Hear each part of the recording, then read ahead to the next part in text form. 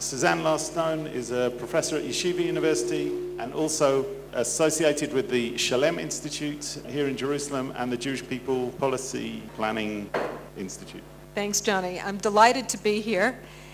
So many of you probably have seen in the paper recently conversations attendant on studies about increased religious patterns in Judaism, and that raising the question whether that also means some sort of severance of the historic connection of Jews with the political philosophy of liberalism.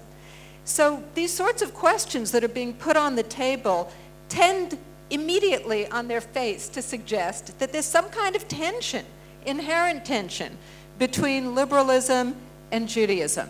So let's explore that a little bit more closely. I'm going to just throw out for a moment a set of test questions, right, about core beliefs. Do you think that every individual is equally worthy? Do you think that individuals should be free to join and leave groups at will, whether the group is a political group, a social group, a religious group, or the family? Do you think that human freedom is essentially about reforming oneself, figuring out what is really the best for your own life, no matter what your origins are, your history is, and who you came from?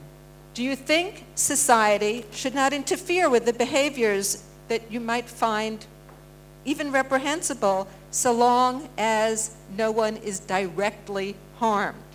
Do you think that one human community is an ideal if only we could learn to live together? And do you think that reason and not love or faith should be the chief way that all political life is fashioned? Okay, that's a set of questions, but it gets at a large core of what we might call liberal political philosophy. Liberalism comes in many, many stripes and many, many variations. But despite all those differences, none would put faith over reason in setting public norms. None would affirm that some individuals are less inherently worthy than others. And all would agree that individuals must be free to choose for themselves their own conception of what is a good life. And this last one is actually a linchpin if we want to get at the core of liberalism, because it is really based on the fundamental idea that personal autonomy is absolutely essential for humans to live a good life. People can think through their choices, they can reason, and they can reason together in the state. So it turns out that many of these ideas that I have thrown out in the form of questions, many of them indeed can be accommodated with or even reflect conceptions within Judaism, even the most orthodox philosophies of Judaism. For example, the idea of freedom of choice, which implies that there ought to be no coercion in religion. So there are many Orthodox thinkers who would say that the highest form, the highest form of religious behavior is out of love and not fear, and that the rise of liberalism in the world has actually allowed this highest form of religious expression to take place.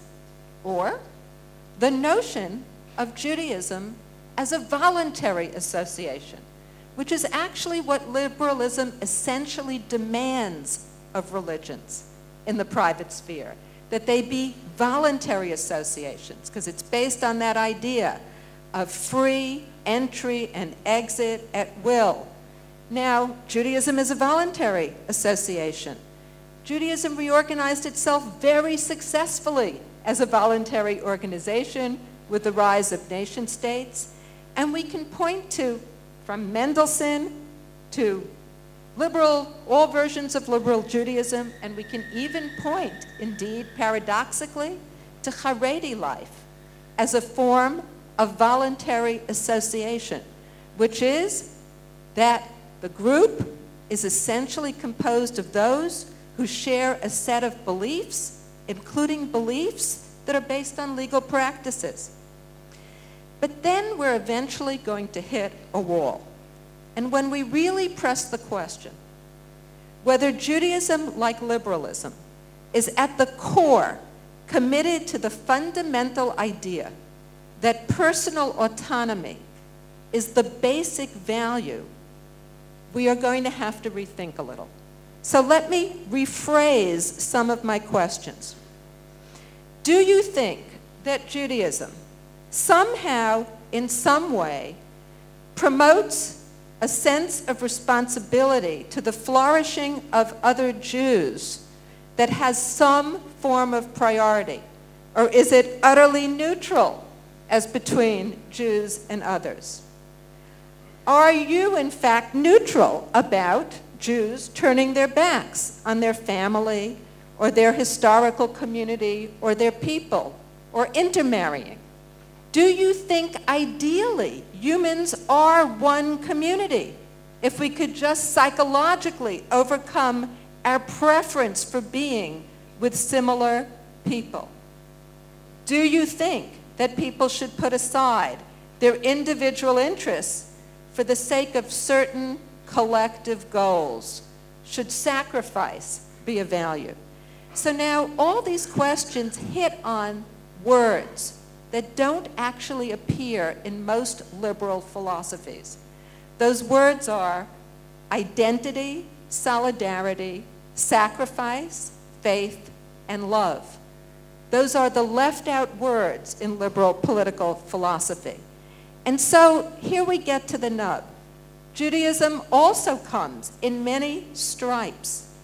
We can find many liberal versions, and we can see often, as I suggested, that liberalism has actually allowed certain hidden parts of Judaism to come to the fore, to be revealed, to take its proper place alongside other values.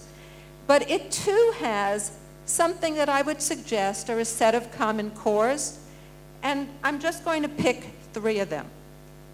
1, although the Bible begins with a vision of shared humanity, the creation of everyone in the image of God, the narrative continues. And as the narrative continues, the sense one gets is that we are not, in fact, meant to have a universal human order.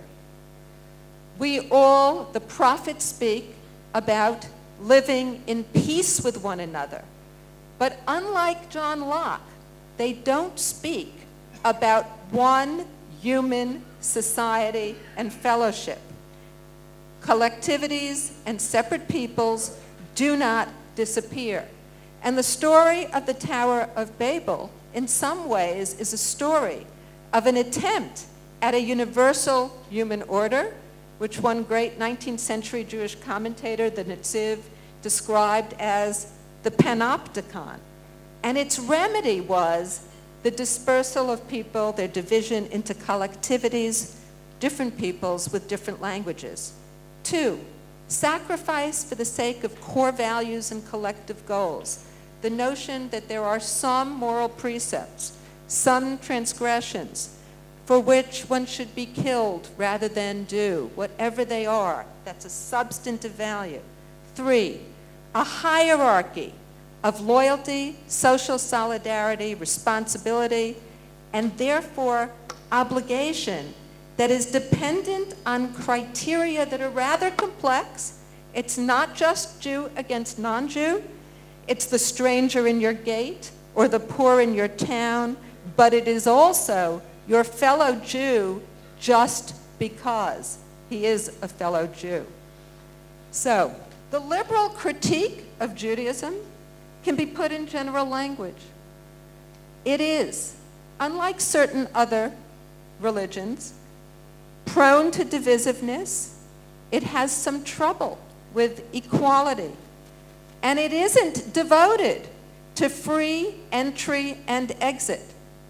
And the Jewish critique of liberalism also can be put in general language. Basic human goods do not only come from being free in the sense of personal autonomy, but they come from a commitment to substantive moral values. They come from a life of meaning that presupposes a strong sense of identity and of culture, which only can come from living in smallish communities with a shared historical identity, the idea of suffering together, enjoying together, and hoping together, living in a community of trust, rather than a community in which we essentially, in the liberal vision, are asking from a political perspective that the government protect one person from another person. And finally, this very core notion expressed in our language, and I gave you a wonderful piece by Robert Cover to read that really goes to this heart of what it is to live in a social order that is framed around the concept of obligations, as opposed to a social order that's framed around the concept of rights. Now, analytically, we can always reframe a right as a duty and a duty as a right. I'm a lawyer, I know how to do that. It's a linguistic trick. But beyond the linguistic trick, the notion of obligations versus rights captures some essential, important idea. Obligations, when you direct a person, right, and you're commanded at Sinai to do something, right, that core notion of Judaism means that everyone is addressed, not government. Everybody is key. And everybody has a sense of what it is that they owe to others, as well as to themselves. And in order to frame it, it has to be specific, concrete, and have content. The language of rights is often empty, right? It's very powerful when it comes to restraining government, but it is not anywhere near as powerful as telling us exactly what our responsibilities are and what we owe to others. Finally, I'll leave you with just one thought, and that is a thought that has to do with how you think. So far, in talking about liberalism, I've said that it really stands for a very specific set of principles. When I talk about Judaism, what I tend to emphasize is that it has a very particular intellectual grammar that is not necessarily often seen in modern Western thought. And that intellectual grammar is not to synthesize. It's to put complicated ideas, such as Judaism and liberalism, such as freedom, autonomy, and obligation and command, to put them in tension with one another, to give each its due, and not to try to synthesize them, but to work with both opposing sides, freedom and heteronomy and command, and work with them through the generations. That's a very different mindset, and it's as crucial as the substance. Thank you.